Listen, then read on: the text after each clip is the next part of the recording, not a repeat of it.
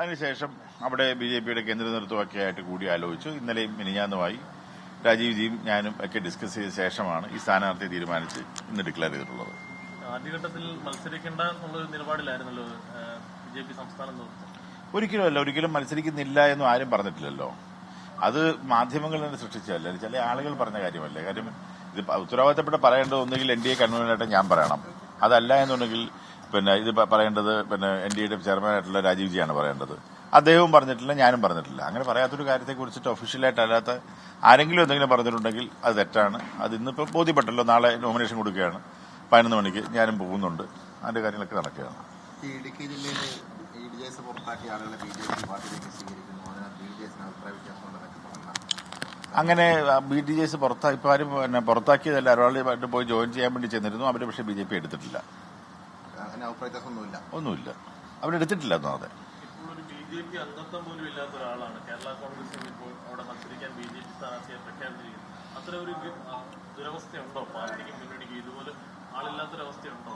അങ്ങനെ ആളില്ലാത്ത അവസ്ഥയൊന്നുമില്ലല്ലോ. കാര്യം 12,000 വോട്ട് കഴിഞ്ഞ മുമ്പത്തെ ഇലക്ഷൻ അവിടെ കിട്ടിയതല്ലേ. ഇപ്രാവശ്യത്തെ കഴിഞ്ഞ പാർലമെന്റ് ഇലക്ഷൻ അതിന് 17,000-ഓളം വോട്ട് കിട്ടിയതാണ് BJPക്ക്. അപ്പൊ അതുകൊണ്ട് അവിടെ ആളില്ല എന്ന് പറഞ്ഞത് അർത്ഥമൊന്നുമില്ല. കാരണം അവിടെ ഉള്ള അടുത്ത ഒരു മലയോര കർഷകരുടെ പ്രതിനിധിയായിട്ട് വെക്കണം എന്നുള്ളതുകൊണ്ടാണ് അദ്ദേഹത്തെ തിരഞ്ഞെടുത്തത്. അതുകൊണ്ട് അത് മാത്രമേ ഉള്ളൂ. അല്ലാതെ സ്ഥാനം വെക്കാവുന്ന ഇഷ്ടംപോലെ BJPയുടെയും BDJസിന്റെ സ്ഥാനാർത്ഥികൾ അവിടെ ഉണ്ടായിരുന്നു. അത് വേണ്ടത് പൊതുവായി ഞങ്ങൾ ആലോചിച്ച ശേഷം ഒരു മലയോര കർഷകനായിട്ടുള്ള ഒരാളെ തന്നെ ലോക്കലായിട്ട് വെക്കണം എന്നുള്ള തീരുമാന അടിസ്ഥാനത്തിലാണ് ഇദ്ദേഹത്തിന്റെ നേര് വരികയും അത് അംഗീകരിക്കുകയും ചെയ്യുകയുണ്ടായത്.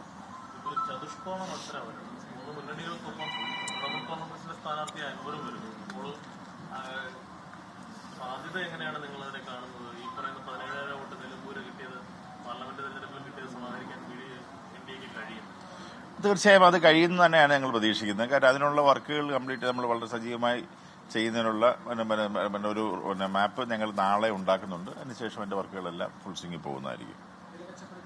ഇന്നലെ മെച്ചപ്പെടുത്താനുള്ള ശ്രമമാണ് ഞങ്ങൾ നടത്തുന്നത്. ക്രിസ്ത്യൻ വോട്ടുകളിൽ കൂടുതലുള്ള ഒരു പ്രദേശം കൂടിയാണ് നിലമ്പൂർ. ആ ഒരു മണ്ഡലത്തിൽ മലയോര ജനതയുടെ ഭാഗമായിട്ടുള്ള ഒരാളെ തന്നെ മത്സരിപ്പിക്കുന്നു. മാർത്തോമാ സഭയുടെ കൌൺസിൽ അംഗമായിരിക്കുന്ന ഒരാളിനെയാണ് NDA സ്ഥാനാർത്ഥിയാക്കുന്നത്. ആ ക്രിസ്ത്യൻ വോട്ടുകളിലൊക്കെ ഒരു കൂടുതലായിട്ട് ലഭിക്കുമെന്നുള്ളൊരു പ്രതീക്ഷ BJPക്ക് തീർച്ചയായിട്ടും ഉണ്ടല്ലോ. കാര്യം എല്ലാ സമുദായത്തിന്റെ വോട്ടും BJPക്ക് ആവശ്യമാണ്. അപ്പൊ അതുകൊണ്ട് തന്നെ എല്ലാ സമുദായത്തിലുള്ള ആളുകൾക്കും അത് പ്രാതിനിധ്യം കൊടുത്തുകൊണ്ട് തന്നെയാണ് കാര്യങ്ങൾ മുഴുവൻ ചെയ്തുകൊണ്ടിരിക്കുന്നത്. അത് തീർച്ചയായും ഞങ്ങൾ പ്രതീക്ഷിക്കുന്നുണ്ട്.